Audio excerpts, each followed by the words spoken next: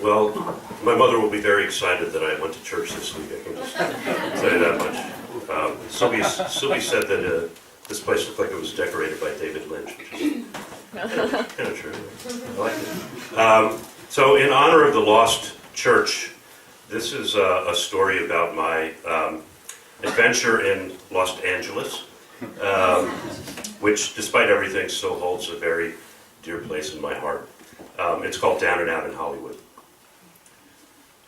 I moved to Los Angeles on a bright November day in 2007, landing at the Burbank airport almost to the minute when the Writers Guild went out on strike. That wasn't the plan.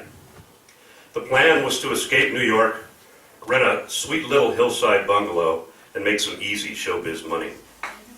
But the strike threw a wrench into things. Big payday scriptwriting gigs fell through, and I was forced to look for somewhere cheap. I ended up in a 2-room apartment in Hollywood, in the shadow of the 101 freeway, a sublet in what I took to be a rent-controlled building from the looks of people I saw in the hall. An old man in a bathrobe, a gangbanger's girl with a squall of kids, a 40-year-old skateboard punk. My first night there, a water bug as big as a date went scuttling across the carpet, a flashback to the Lower East Side. During the inescapably sunny days, nearby Hollywood Boulevard bustled with visitors, most of whom appeared to come from Illinois or Japan. They walked up and down the wide sidewalks, looking for recognizable names on the inlaid brass stars.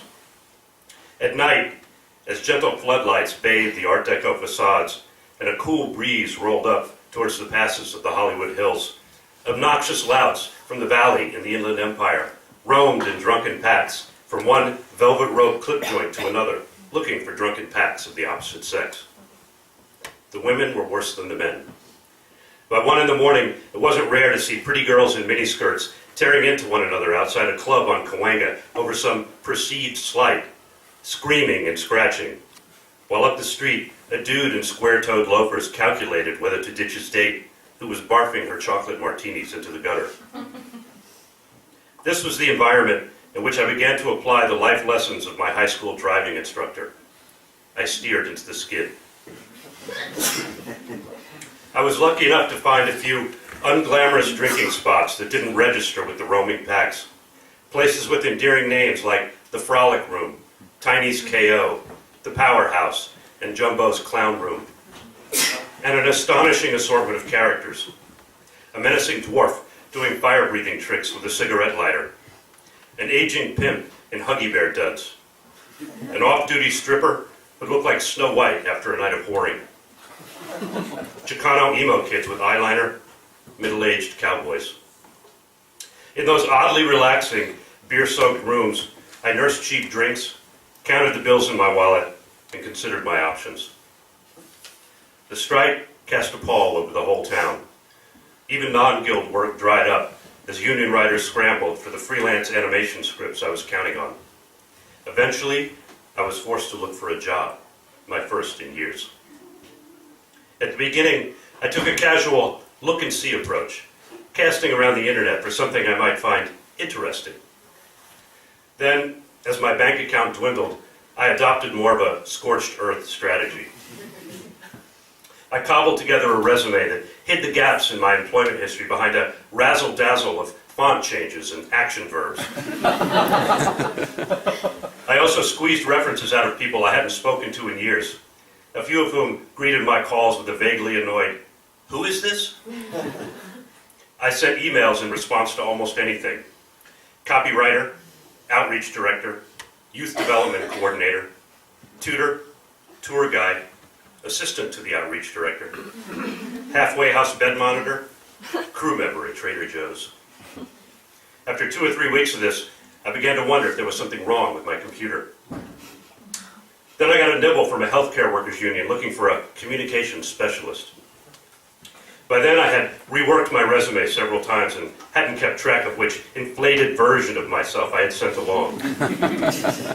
But after an exhausting grilling by a recruiting officer, I was invited for an interview. At a grim building east of downtown, I was interrogated by a rotating cast of earnest activist types and the tired-looking hacks who supervised them. They wanted to know that I was in it for the long haul, passionate about their mission, excited about being part of the team. The thing about having no money is, you'll say anything. And I did, over and over. I was called back for a follow-up session with members of an advisory board, and a few days after that, a writing test. I was spending so much time at the place, I felt as if I already worked there. Increasingly desperate about finances, I even began to convince myself that I really wanted the job. Maybe it'd be nice to be part of a team, I thought. Lunches with the gang, joking around the office, dental insurance. I was asked back for a final interview with the big cheese, the statewide head of the union. I figured it was mostly a formality at that point, that he just wanted to see that we clicked. So I laid it on thick, throwing in a lot of regular guy banter and cracking a joke, something to establish my leftist cred when he asked me where I saw myself 10 years down the road. I'm like Stalin, I said with a wink. I only made 5-year plans. The next day, the recruiter called to say that they were going in another direction. By now, I was hand-washing clothes in the sink to put off trips to the laundromat and skipping haircuts. I found myself taking note when an item in the paper listed places where homeless people could get free meals for future reference. My back to the wall, I developed a feral alertness. I became acutely aware of everything going on around me and rated it all in terms of getting money. If I saw a man waving cars into a crowded parking lot, I thought, how do they even know he works there? Because he's wearing a black windbreaker? Maybe it's somebody else's lot and he's going to pocket the money and take off. Around this time, there was a continuing story in the paper about 2 women in their 70s on trial for murdering homeless men in Hollywood. The pair would befriend a street fellow, put him up in an apartment for a few months and buy him groceries, get him to sign a life insurance policy listing them as beneficiaries, and once the probation period of the policy had elapsed, lure him to an alleyway in the middle of the night and run him over with a station wagon. They collected several $1 million over almost 10 years before the cops put it together. It struck me as a very LA crime. The women, despite their age, were attractive and well turned out. Neither had a criminal record.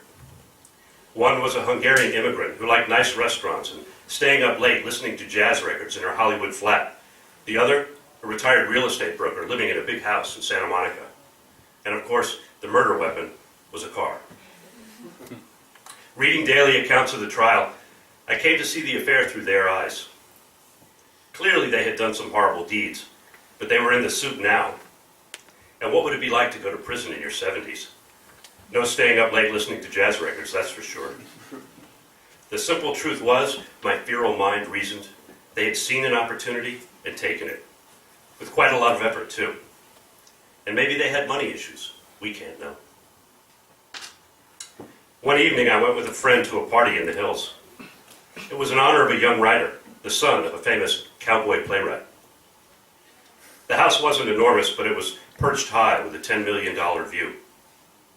The cowboy playwright wasn't there, but some of his contemporaries were, all of them carrying an air of hippies with money.